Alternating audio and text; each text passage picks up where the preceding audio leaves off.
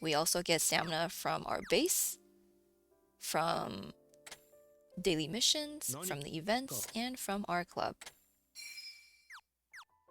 These are all ways you can save up stamina during the week, and here you can see that we have 5x drop rates. Let's board up some characters now.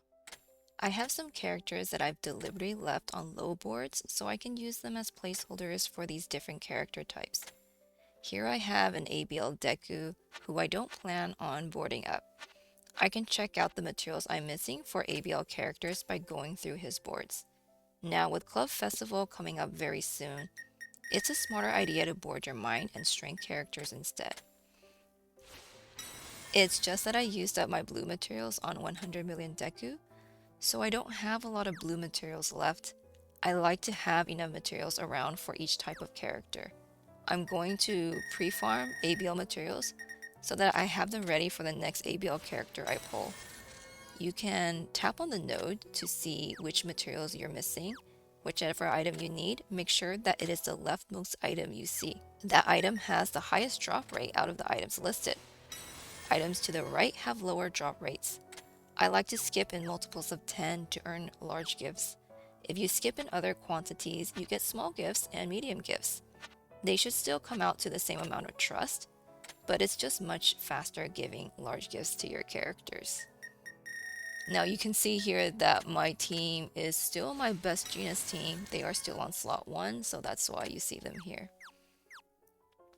By saving your stamina for higher drops, you can easily get your characters to board 13. I would say that board 7 is a great starting point for characters you want to use in PvE, like USJ, Story, or VE Tower. Your characters will have their skills and cooldowns ready at board 7.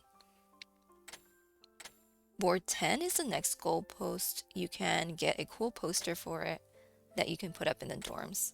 I don't recommend getting all your characters to board 13, only the characters you want to use in modes such as Arena, Climax Battle, and Club Festival. The last 3 boards cost a lot of coins to max, but for in-game content, board 13 is a must. In general, Fest units like celeb characters and steampunk characters are great choices for board 13. Celeb characters have proven to be useful in all sorts of content. Steampunk characters are also very powerful, but not as versatile as celeb characters. Out of the fantasy characters, Fantasy Ochako is a must build. The other fantasy characters are a bit more dated, but some still have some use in certain content. Some gen pools and seasonals are also worth getting to board 13. If you are interested in hearing my opinion on who to get to board 13, let me know. Okay, let me fast forward through my Deku ABL farming, since I think you know what I mean by saving up stamina now. I was able to farm up to board 13 for ABL, and then that's when I remembered, hey, I should be gathering mind and strength mats first, just in case I still need to build someone for Club Festival. I did go check my mind characters, and unfortunately, I am short on some materials, so I'll have to go back and farm that later. As for strength characters, I am doing okay here. I have enough materials to board anyone to board 13 if I need to. So I am good here. I'm going to save some stamina for the event and then spend them on mind characters so that I have my board items ready for them. Only up to board 8. I need more mind materials. To summarize efficient stamina use, farm events during the week, but save stamina for weekends with high drop rates. Finding a balance will let you get many characters to board 13, and eventually you'll just have extra board items just laying around when you run out of characters to build. You will be waiting for the next new character you pull to build. Okay, I fast forward through my video to show you this part if you don't know it yet. Case files, you are able to skip the extra stage. You just need to beat it once, then you can restore your teams every day and use skip tickets on the boss. If you don't know that yet, now you know it is much faster this way to get the items. I have returned a day later to share with you all the different materials that I have managed to farm from 5x drops this weekend. So I do have enough materials now for all the different color types. For mine, they are able to get to board 13 now. And for, let's check out the next one, which is ABL. ABL is also able to get to board 13. And we also have int is able to get to board 13 as well. And next up we have strength, which is also able to get up to board 13. And last we have DST, which, you know the drill, can also get to board 13. Now, even though I can get one character of each type to board 13, I probably can't get two characters to board 13 because of the shared materials. I will run out of shared materials between the different types, so I do need to farm those more. Moving on to the Monoma event, I brought my random trust farming team to very hard difficulty and they couldn't auto it. That's rare. So I threw in 4 Izoas instead, since this fight is asking for skill sealing, buff cleansing, and piercing shot. These Izoas can do it. Enjoy watching these Izoas teach Monoma the ways of skill sealing. If you have the new Monoma, he does pretty much everything you need for this fight. But if you don't have him, just bring in Izoa. I'll be clearing very hard 30 times for the gems. Don't worry, not in this video. And then I'll be farming lower difficulties to finish the event and farm trust. I feel like normal is a good difficulty for getting a decent amount of medals while farming the same amount of trust. Normal is a fast fight that ends with 2 punches. Easy ends with 1 punch if you want to be super fast. Make sure to keep your bonus memory separate for a higher bonus. I still need to get more copies of the SR memory from the event shop to maximize my bonus.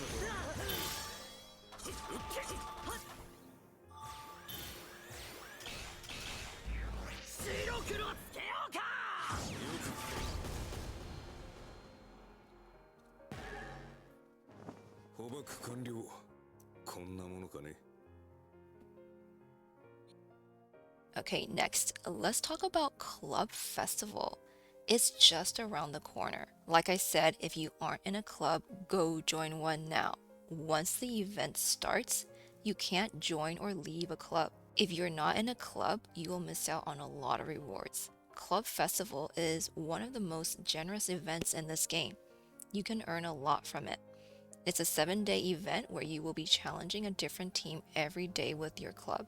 It used to be a 10-day event, but it has been shortened, most likely to reduce burnout. Depending on how your club ranks overall at the end, you will get different rewards. But the amount isn't too different. Just buy a silver ticket or 2. The most important thing is to be in a club and to play daily yourself. Here are the club rewards.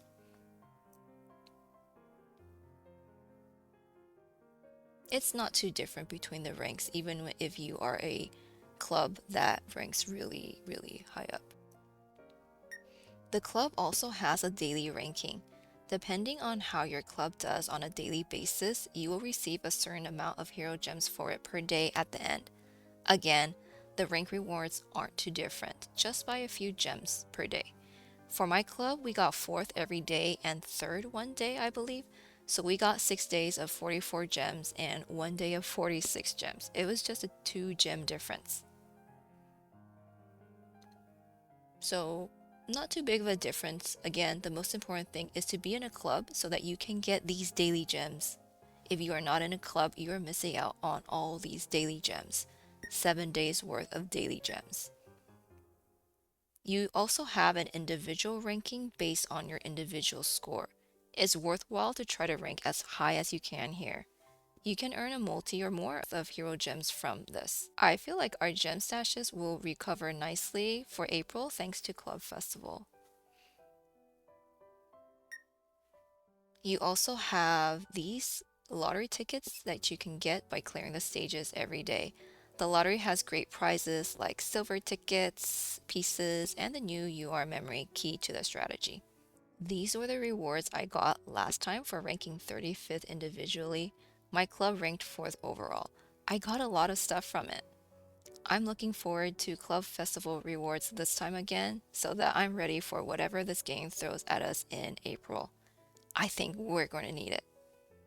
Now, here's how the battles work.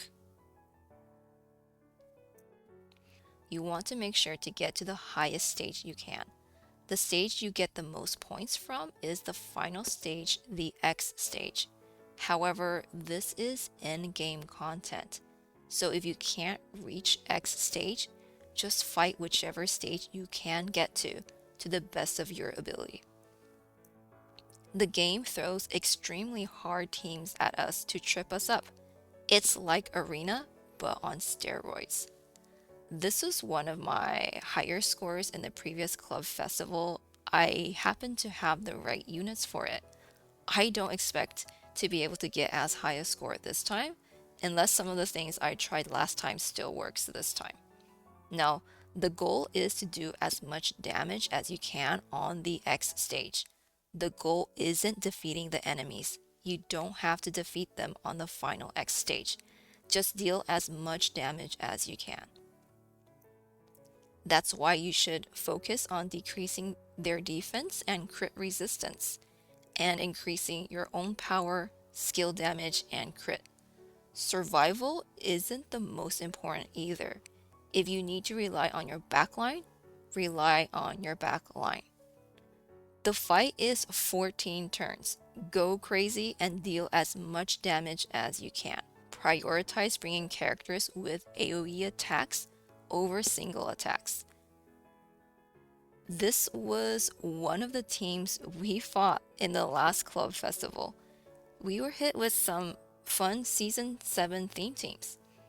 This was the fight versus AFO and Shiggy in the coffin in the sky. This was the fight with the extras, quote unquote extras, versus AFO. We also fought Froppy, Ochako, and Toga from the Toga fight. I wonder what kind of teams we'll be fighting this time, since we are in between seasons, right? I feel like the game will definitely make us fight some of the newer characters that will give us a really hard time. Like, why did they even release Celebmina? I feel it's because they want to throw her at us as a club festival opponent. Here are the stage rules for Club Festival this time, thanks to Hydro's impact for the data mines as always. If we bring strength characters, our power is increased by 10% for 10 turns. If we bring mine characters, our speed is increased by 10% for 10 turns, and I do believe this stacks. So if we bring 3 strength characters, our power is increased by 30%. And 3 mine characters would increase our speed by 30%. We have the ability to overwhelm. Great ability.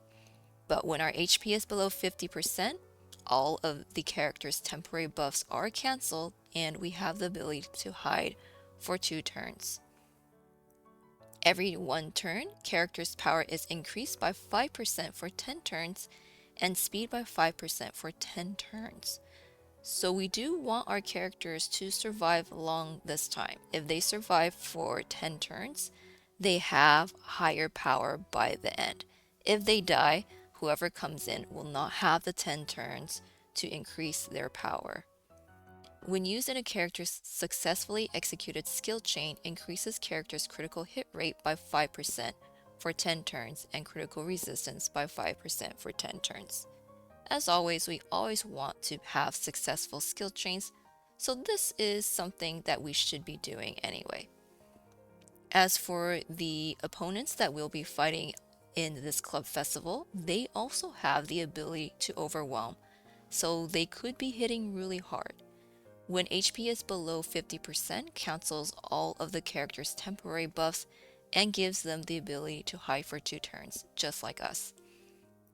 But it should be a good thing for us if we have AoE attacks, it doesn't matter that they are hiding, and their temporary buffs will be all cancelled, so we should be able to do more at that time.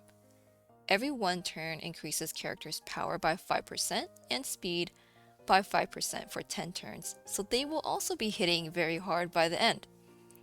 When used in a character's successfully executed skill chain, increases character's critical hit rate by 5% for 10 turns and critical resistance by 5% for 10 turns. Just like us, they do have burning and bleeding damage reduction by 95%, so they are trying to nerf like Dabi and Toga in some sense. And characters' resistances to confusion, paralysis, binding, freezing, fear, stun, and meat lump are increased by 20% each when they are affected by these status ailments. Since using strength characters increases the power of all allies by 10% for 10 turns, I do feel that we should be using strength characters over mind characters, since our goal is to deal as much damage as possible. Mind could be useful for the speed if we're getting outsped turn 1, leading us to getting stunned, paralyzed, buff block, etc. But as of now, I feel strength is the way to go. We have Overwhelm this time. Overwhelm increases damage to an opponent by a set amount for however many more temporary buffs character has than said opponent. Reduces damage received by an opponent by a set amount for however many more temporary buffs character has than said opponent. If we fall below 50% HP, our temporary buffs get removed, and that means our Overwhelm will be useless. So we do need to be staying above 50% HP this time. Healing is very, very important. The enemy is also playing by the same rules. We want to make sure to quickly get them down below 50% HP, and we do want to be canceling or cleansing their temporary buffs, and we want to be buffing ourselves a lot. It'll be a good idea to bring a support or two who can heal, who can buff your team, who can cleanse the other team's buffs to let you make the best use of Overwhelm. These are my top 5 picks from Strength. Season 3 Bakugo has buff block and an AoE attack. He loves Overwhelm. He was the MVP in a previous club festival. I can see him working well here again too. Celeb Ochako was the MVP of the very first club festival along with Celeb Deku. She should still work well here too. She has 2 AoE attacks, awesome crit, stuns, buff cleansing, and some healing for your team. The buff cleansing will help with making sure you have more temporary buffs than the opponents. Rapid Resolve Deku is an amazing choice for your support character for this club festival. He will be able to provide team cooldown, evasion, healing, increased critical skill impact, status nullification, and plus ultra gauge. He does so much for the team. Cooldowns are very important, and he might be the go-to for providing that cooldown support. Valentine's Momo is a newer character who could possibly work well in this club fest, especially on a full female team. She boosts your team's damage a lot and also has AoE attacks herself, though she doesn't boost herself much. However, her boosts only work when she's not hit by normal attacks and when she's not hiding, so you would have to keep her from hiding in order to receive the damage buffs. This club fest also makes characters hide when they're under 50% HP, so you definitely want to keep Momo healthy so that she's not hiding. Fluttering Snow Froppy is also another newer character I could see working well in this fight. She boosts your DPS character a lot, and her buffs are stackable. I can see this working very well with Overwhelm. These are just some of my top choices. Let me know in the comments who else you feel will work well in this club festival. For example, Strength Toga is probably another great one who will deal good damage while providing support. She'll heal your team, decrease crit res, and such. So even if I haven't mentioned the character, that doesn't mean they don't have potential in club festival. Now, for mine characters, like I said before, I feel like using strength characters is the way to go for the buff, but depending on what teams we're facing, we might need to switch our team. These are the top mine characters who I feel will be useful.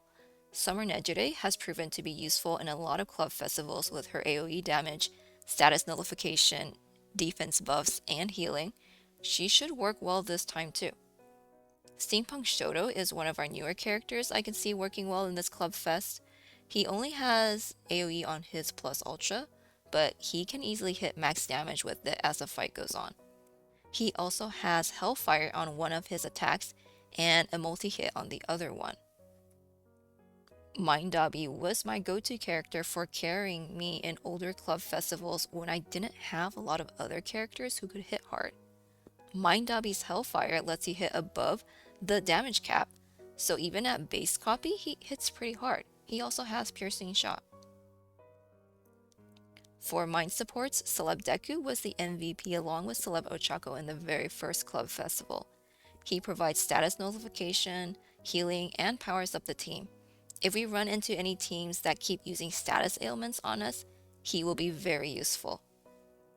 Now, Mind doesn't have a lot of cooldown support, so Celeb Shoto could be a good pick for helping your team run more smoothly with team cooldown support. He also provides barriers, healing, and other buffs. The temporary buffs like increased defense and crit res could help activate the requirements for Overwhelm for this club festival. These were my top picks from Mind. We also have other supports like New Year's Jiro and the new Mount Lady, but I feel they are more situational. We probably won't want to run a full Mind team, which is what Jiro shines on, since strength is what provides the power buff to our team. Mount Lady works best against opponents with Piercing Shot, so probably not every day, but if you see a team with Piercing Shot, try her out. Now, just because strength and mind are boosted doesn't mean we can't bring characters from other types. Some should still work very well. The most crucial thing is to have a synergetic team with good cooldowns, healing, temp buffs, buff cleansing, and high damage. I mean, that's a lot, but if you have a team that can do this, they will do well. I had well-built characters in the previous club festival, but not exactly for this one. My mind and strength characters are a bit lacking compared to my int characters, but we'll have to see which characters actually work well in practice against what they will throw at us. Let me know if you have other character suggestions or advice. Thanks for listening to me ramble. I hope this video was helpful. Like, comment, subscribe. We hit 200 subscribers. This has been pretty exciting. See you in the next video, and good luck with your farming and club festival. Luca out.